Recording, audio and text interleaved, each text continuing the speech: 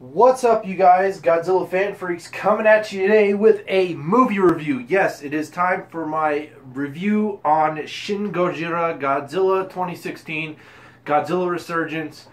Whatever title you want to give it, it is time for me to review this film. Hopefully it has time to circulate, amongst all of us, and most of you who are watching this have seen it.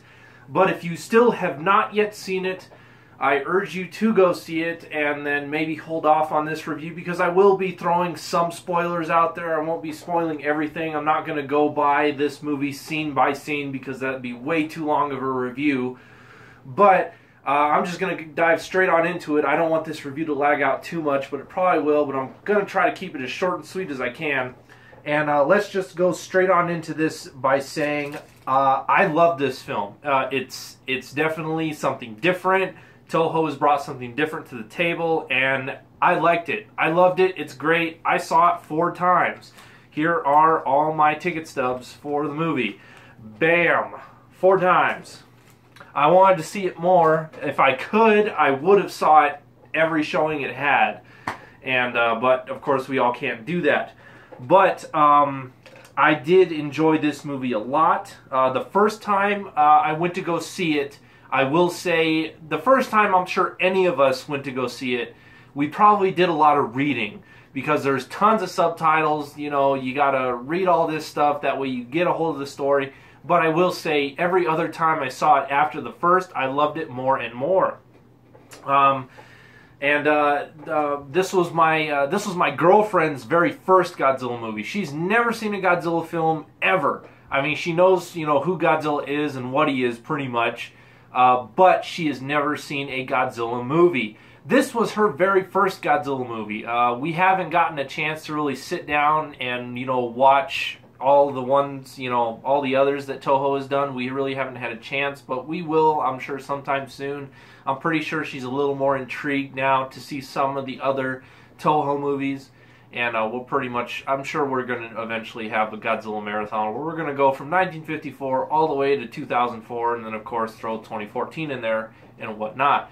But for now, she really enjoyed this movie. I was surprised. I went to go see it with her the first time, and then with my dad the second time, my friend Scott the third time, and then I saw it with my girlfriend Amber again today. She liked it enough, she wanted to go see it again, so that's pretty cool.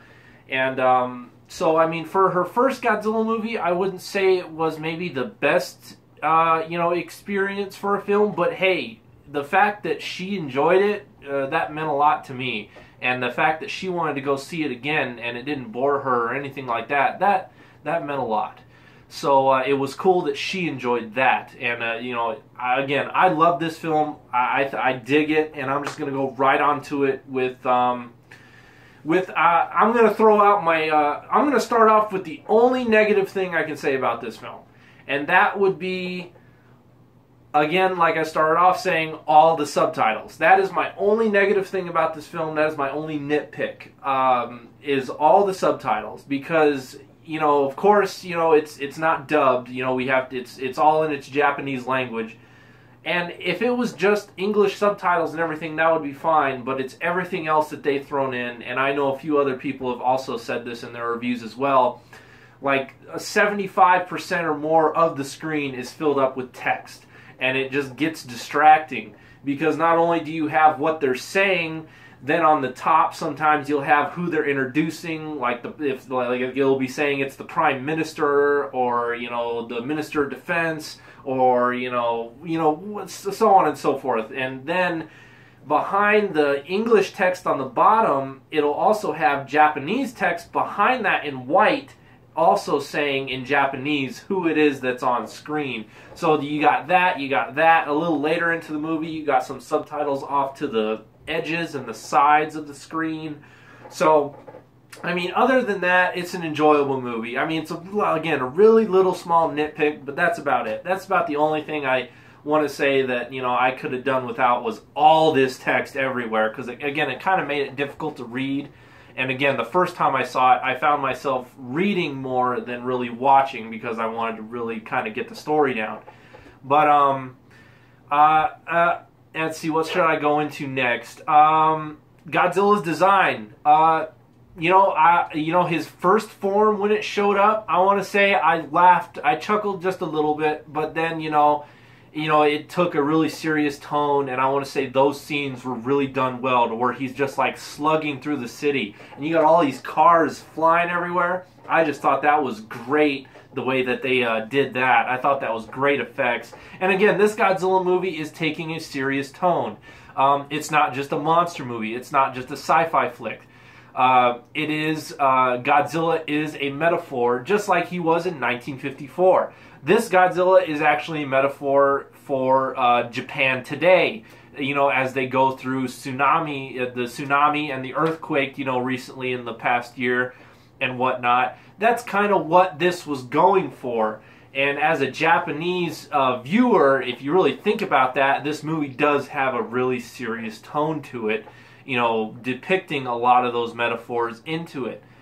And, back on Godzilla's design, sorry, I don't mean to be like here and there. I'm probably going to do that a lot. But, again, Godzilla's designs, at first I didn't really dig them, even, seeing this one and whatnot. But after seeing everything in action, it fit the movie well, and I thought it was great. Even though everything is CGI, it is kind of sad to see Suitmation, kind of being it's not being left in the dust, I want to say. But as far as Toho goes and everything, it looks like, they're kind of pushing all the suits and everything like that off to the side, and they're going to be doing CG from now on. It is sad to see all of that. It's such an art form and whatnot. It is sad to see that kind of, disappear now.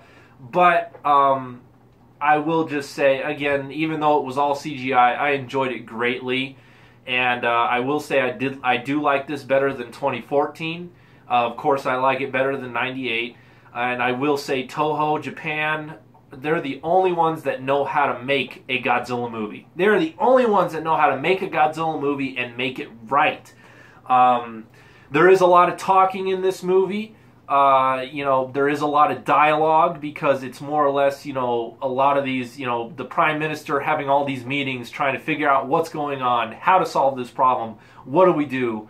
And, but even though it is a lot of dialogue throughout the movie, it keeps you entertained. There's a little bit of comedy thrown in there, but then, it's not just mindless blabbering. It's not just mindless blabble. It's all part of the story. And so it is nice to see that side of a movie like this, to where it's like they're really discussing, they're trying to figure out how are they going to deal with this crisis. And, again, just, see, I'm going everywhere. I go on Godzilla's design, and then I go on somewhere else. I apologize for that. There's just so much about this movie I want to talk about, and I just want to get it in a good enough of time. I don't want this to lag on too much. But, again, and then Godzilla's final form, I loved it. Not his final form, because, of course, they say that he can continue to evolve, or, evolve differently and whatnot. But as far as his final form in the film, I digged it. Once I saw it in motion, I saw how everything worked, and I just thought it was great. Again, a lot of dialogue, but it's all part of the story, and it made it entertaining. When Godzilla was on screen, oh God, was it eye candy? Was it everything? You just loved it. You were just infatuated with what was going on, and it was just great. And it just never disappoint. Let's see, what else? What do I want to go into next? Let's go into the soundtrack and the music. I thought, the original all-new music soundtrack for this movie, the first time we ever heard any of it was in the trailers, and the way that they did the trailers, and then the way that they did, the music and whatnot, it really didn't mix very well. But seeing everything in motion and seeing everything happening on screen, and then hearing all that new music score go along with it, it fit the movie well. It went great, and I want to say I love the soundtrack. It's just great. Even though my girlfriend got the soundtrack for me on my phone for practically nothing, there's still that Godzilla fan in me to where I want to import a hard copy of the CD soundtrack itself. I just want to have that in my collection, and I probably will someday. You know, it's on Amazon right now, and I'm pretty sure you can find it on eBay, and I think it's like in between 40 and 50 bucks or something like that, because you got to import it. But again, it's a great soundtrack. I love the original soundtrack. They also threw in some original Toho stuff in there too from oh god. I just had a brain fart on the name, but you guys all know who I'm talking about. Ifukube. You guys know who I'm talking about. You had original scores from that they weren't remastered or anything. They just took the old Toho stuff and kind of put it into the movie. So you had stuff from 1954, King Kong versus Godzilla, Terra Mechagodzilla, Invasion of the Astro Monster, and then in the credits you had Ghidorah the Three-Headed Monster. You had Godzilla versus Mechagodzilla 2. I mean, you had all these different stuff, you know, thrown in there from the original Toho that was a treat to longtime Godzilla fans and whatnot that know that original stuff. It was great to hear that stuff, and even though it was stuff taken from older films, it went along very well with this new stuff. And Godzilla himself, he has no, you know, almost every time Godzilla gets, you know, rebooted or, you know, comes back in another movie, his roar more or less kind of changes. In this one, his roar doesn't change. His roar, you kind of have 1954 roars in there. You got 1960s to 1970 roars in there.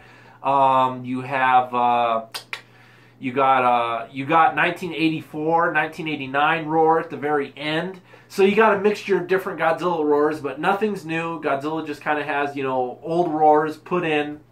So he doesn't have anything new, and you know, that works for me. I still do not like 2014's roar to save my life. I do not like it.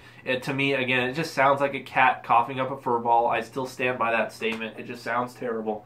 But again, Godzilla in this movie, even though, you know, he's not on screen very much, it wasn't the crap that is in 2014 to where it kind of pulls away or anything like that. Again, whenever Godzilla is on screen in this movie, it is entertaining, and it pays. It pays. It's just awesome. And back into sounds and whatnot, something that I loved, that blew my mind, that I totally was not expecting at all, was the Tsuburaya sounds. It wasn't just like music and Godzilla's roars and everything, you guys. They took the Tsuburaya sound effects from the destruction to when Godzilla's tail or body hit the ground. You got all that stuff, so I can't recreate the sounds, you know, using my own voice, but if you don't know what I'm talking about, you know, again, just going back to the Showa movies and stuff like that, you had a lot of that sound. So, for instance, when Godzilla's tail hit the ground or his body hit the ground, you had that... Sorry, I kind of spit there, but it's hard to recreate those sounds using, you know, your own, but you guys know what I'm talking about. And then the destruction, you had the... You had all that in there, and it was just classic noises. And they had everything down to what blew my mind were the explosions. All the explosions when stuff was hitting Godzilla, the missiles, artillery shells, all that stuff. You had those classic explosion sounds. And then they even had things down all the way to something I absolutely loved were the tanks. The tanks, you guys. If you guys, you know, remember the tank sound effects from, say, something like Mothra versus Godzilla from 1964, or, you know, any of those older Showa movies, when the tanks fired their cannons, they even put those sound effects in for the tanks that are on screen, and I thought that was just a treat. I thought that was just mind-blowing, and I was like, this is fucking cool that they did that. But, I just enjoyed this movie. You know, I know some people probably hated it because there was too much talking. Again, I've seen the fights come up to where Godzilla's screen time wasn't enough. He was barely in the fucking movie. It's like, you know... Yeah, I enjoyed this movie. I loved it. You know, just everything. Godzilla's weapons and stuff like that, even though they were all new and wacky, it was crazy. His atomic breath is just insane. And then he has all the lasers coming out of his back as like a defense mechanism. They even explain what that is. And it's good that they explained that, otherwise it really wouldn't have made too much sense. Otherwise he has lasers coming out of his back. But the ones that come out of his back are like a defense mechanism. When Godzilla got hurt in the movie by some bombers, his body, I don't know if it evolved or adapted in a way, but he ended up getting this kind of radar sense to where he can intercept incoming threats that he can't necessarily see, like bombers or whatever, and he can portray all these lasers out his back, and they hit the bombs, they hit the missiles, and blow them up before they even touch him. And it's just great and fantastic that they explain it that way. And then, you know, he's got the laser that comes from his tail that, you know, it's pretty much the same as the one from his mouth and everything like that. So, I mean, the one from his tail is kind of wacky, but hey, we've seen Godzilla slide on his tail in Godzilla vs. Megalon.